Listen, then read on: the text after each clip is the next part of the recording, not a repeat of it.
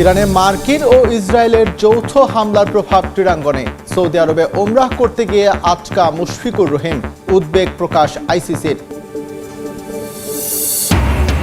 ক্রীড়াঙ্গনের বাজে পরিস্থিতির জন্য দায়ী আসিফ মাহমুদ ও আসিফ নজরুল, বললেন সাবেক বিসিবি পরিচালক। বোর্ডে শৃঙ্খলা ফেরাতে আইসিসির হস্তক্ষেপ কামনা। শ্রীলঙ্কার বিপক্ষে জিতলেও স্বপ্ন চুরি হলো পাকিস্তানের। রান রেটে পিছিয়ে থাকায় বিশ্বকাপ থেকে বাদ men in green. Do or die ম্যাচে ভারতের প্রতিপক্ষ ওয়েস্ট ইন্ডিজ। সমালোচনার মুখে এশিয়ান কাপ মিশনে থাকা নারী দলের জন্য ফিজিও নিয়োগ দিল বাফুফে। সিডনিতে অনুশীলন ভেন্যুর সুযোগ সুবিধা নিয়ে ফুটবলারদের আক্ষেপ। ইরানে মার্কিন ও ইসরায়েলের যৌথ হামলার প্রভাব বাংলাদেশের ক্রীড়াঙ্গনে। সৌদি আরবে ওমরা করতে গিয়ে আটকা পড়েছেন জাতীয় দলের wicket keeper batsman Mushfiqur Rahim. শনিবার তার দেশে ফেরার কথা থাকলেও মধ্যপ্রাচ্যের সঙ্গে বাংলাদেশের ফ্লাইট বন্ধ হয়ে যাওয়ায় আটকা পড়েন মুশি। এদিকে এই হামলা নিয়ে উদ্বেগ প্রকাশ করেছে আইসিসি।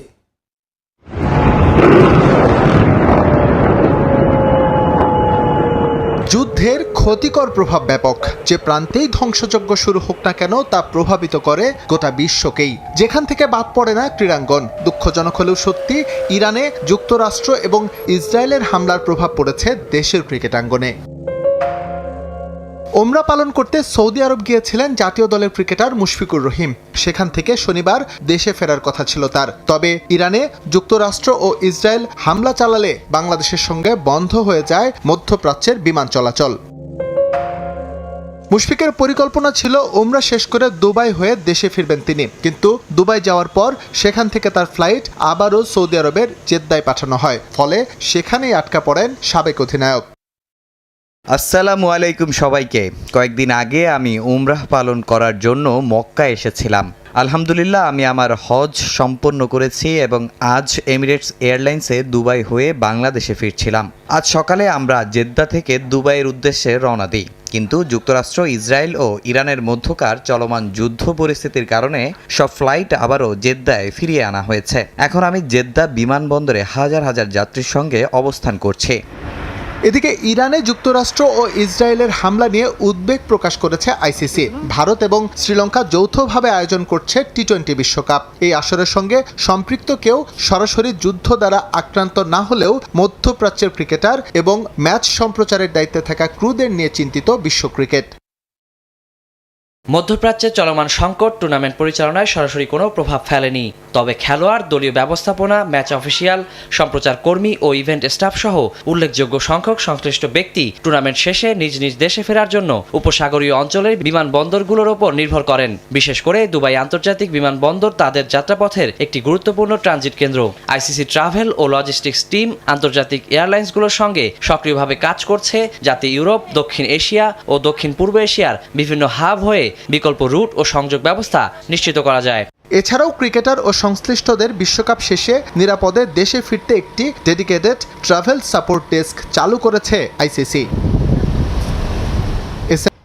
বিসিবিতে সরকার হস্তক্ষেপের কারণে নয়, বরং বর্তমান কমিটির অগণতান্ত্রিক ও প্রশ্নবিদ্ধ কাজের জন্য আইসিসির পদক্ষেপ নেওয়া প্রয়োজন। বিশ্বকাপে অংশগ্রহণ না করা সহ বেশ কিছু সিদ্ধান্ত ছিল অক্রিকেটীয়, এমনটাই মনে করেন বিসিবির সাবেক পরিচালক সিরাজউদ্দিন মোহাম্মদ আলমগীর। দেশের ক্রীড়াঙ্গনের বর্তমান বাজে পরিস্থিতির জন্য আসিফ মাহমুদ ও আসিফ নজরুলকে দায় দিলেন এই ক্রীড়া সংগঠক। নতুন সরকার গঠনের পর যেখানে বোর্ড প্রধান সমন্বয় করার কথা ক্রীড়া মন্ত্রণালয়ের সঙ্গে, সেখানে দেশের বাইরে অবস্থান করছেন আমিনুল ইসলাম। যে কারণে ডালপালা বেঁধেছে গুঞ্জন, দেশে ফিরবেন কিনা আমিনুল।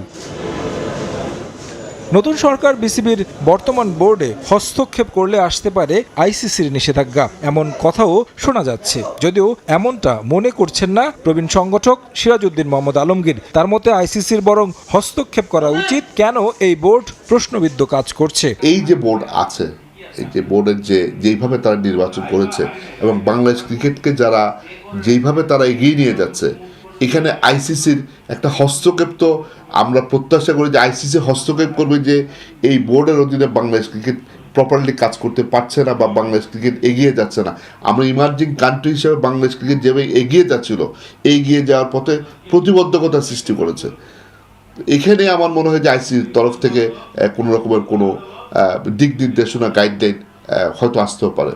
5 আগস্ট পরবর্তী সবার প্রত্যাশা ছিল ন্যায় বিচার প্রতিষ্ঠা হবে ক্রীড়াঙ্গনে, কিন্তু সাবেক ক্রীড়া উপদেষ্টা বরং অবলম্বন করেছেন পুরনো পথ, যে কারণে হয়েছে দলীয়করণ এবং স্থান পেয়েছেন ক্রীড়াঙ্গনের বাইরের লোকরা। তাই ক্রীড়াঙ্গনকে সচল করতে কঠিন চ্যালেঞ্জের মুখে পড়তে হবে নতুন ক্রীড়া প্রতিমন্ত্রীকে বলে মনে করেন তিনি।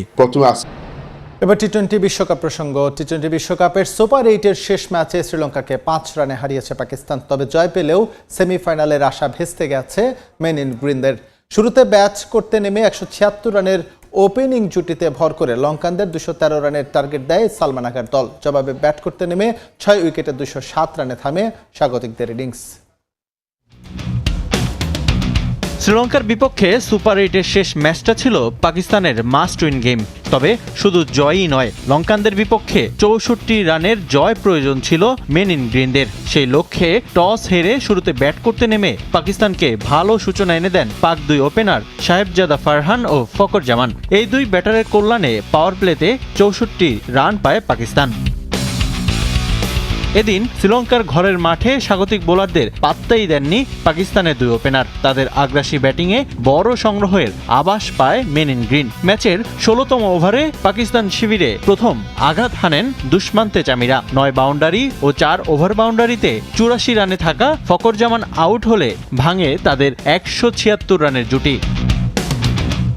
প্রথম উইকেট হারিয়ে রানের গতি কমে যায় পাকিস্তানের। সাহেবজাদা 59 বলে সেঞ্চুরি করলেও বাকি ব্যাটাররা ছিলেন আসা যাওয়ার মাঝে। 2 রানে খাজা ও সাদাব ফেরেন 7 রানে। এরপর 0 রানে ফেরেন মোহাম্মদ নেওয়াজ ও অধিনায়ক সালমান আগা। শেষ ওভারে ফারহানের উইকেটের পর মাত্র 4 রানে আউট হন শাহিন আফ্রিদি। শেষ পর্যন্ত 8 উইকেটে 212 রান তোলে পাকিস্তান। জবাবে ব্যাট করতে নেমে দ্বিতীয় ওভারেই প্রথম নিশানকাকে 3 রানে প্যাভিলিয়নে পাঠিয়ে জয়ের পথ সহজ করেন নাসেম শাহ। এরপর 26 রানে থাকা কামিল মিশ্রাকে ফেরান আবরার আহমেদ। ব্যাটিং বিপর্যয় কাটানোর চেষ্টা চালান চারিত আসালাঙ্কা ও পাভান রত্নায়কে। পাওয়ার প্লের 6 ওভারে 2 উইকেট হারিয়ে 49 রান পায় লঙ্কানরা। যদিও আসালাঙ্কাকে ইনিংস লম্বা করতে দেননি আবরার আহমেদ। 25 রানে তাকে সাজঘরে ফেরান এই স্পিনার। এদিন উইকেটে বেশিক্ষণ থিতু হতে পারেননি কামিন্দু মেন্দিসো। মাত্র 3 রানে আউট হন তিনি। মিডল অর্ডারে সানাকাকে সঙ্গে নিয়ে দলের হাল ধরেন রত্নায়কে। 18তম ওভারে 58 রানে রত্নায়কের বিদায়ে ভাঙে তাদের 61 রানের জুটি। তাদের এই জুটি সেমিফাইনালের স্বপ্ন ভেস্তে দেয় পাকিস্তানের। সেমিফাইনাল নিশ্চিতের জন্য পাকিস্তানের প্রয়োজন ছিল 146 রানের মধ্যে লঙ্কানদের আটকে দেয়া। এরপর শেষ ওভারে সানাকার দুর্দান্ত ব্যাটিংয়ে রোমাঞ্চ তৈরি করলেও ব্যর্থ হয় শ্রীলঙ্কা। শেষ পর্যন্ত 5 রানে জয় তুলে নেয় পাকিস্তান। জয় পেলেও বিশ্বকাপ থেকে ছিটকে গেল সালমান আগার দল। সুপার 8-এর ডু অর ডাই ম্যাচে মুখোমুখি হচ্ছে ভারত ওয়েস্ট ইন্ডিজ। 2 ম্যাচে 2 দলের আছে একটি করে জয়। তাই এই ম্যাচে যে দল জয় পাবে তারাই কোনো সমীকরণ ছাড়াই নিশ্চিত করবে সেমিফাইনাল। ইডেন গার্ডেন্সে ম্যাচ শুরু হবে বাংলাদেশ সময় সন্ধ্যা 7:30টায়। প্রস্তুত কলকাতার ইডেন গার্ডেন্স, মুখোমুখি সাবেক 2 চ্যাম্পিয়ন ভারত ওয়েস্ট ইন্ডিজ। এটা শুধু একটা ম্যাচ নয়, ভাগ্য নির্ধারণের এক অনন্য মঞ্চ। একটা ভুল আর তাতেই শেষ সবকিছু। এবারের আসরে ফেভারিটের তকমা নিয়ে বিশ্বকাপ মিশন শুরু করেছিল বর্তমান চ্যাম্পিয়ন ভারত। গ্রুপ পর্ব কাটিয়েছে স্বপ্নের মতো, তবে সুপার 8-এর প্রথম ম্যাচেই বড় ধাক্কা খায় সাউথ আফ্রিকার কাছে। সে ম্যাচে ব্যাটিং ব্যর্থতা ছিল স্পষ্ট, তবে জিম্বাবুয়ের বিপক্ষে আবারও দাপুটে জয়ে ঘুরে দাঁড়ায় টিম ইন্ডিয়া। বেশ ভালোভাবেই বেঁচে আছে তাদের সেমিফাইনালে ওঠার স্বপ্ন, কিন্তু উতরাতে হবে উইন্ডিজ বাধা। সুপার 8-এ ওয়েস্ট ইন্ডিজের গল্পটাও ঠিক একই রকম। প্রথম ম্যাচে জিম্বাবুয়ের বিপক্ষে বড় জয় সেমিফাইনালের পথে অনেকটা এগিয়ে দিয়েছিল তাদের, কিন্তু পরের ম্যাচেই সাউথ আফ্রিকার কাছে অসহায় আত্মসমর্পণ কঠিন করে দেয় তাদের শেষ 4-এ ওঠার পথ।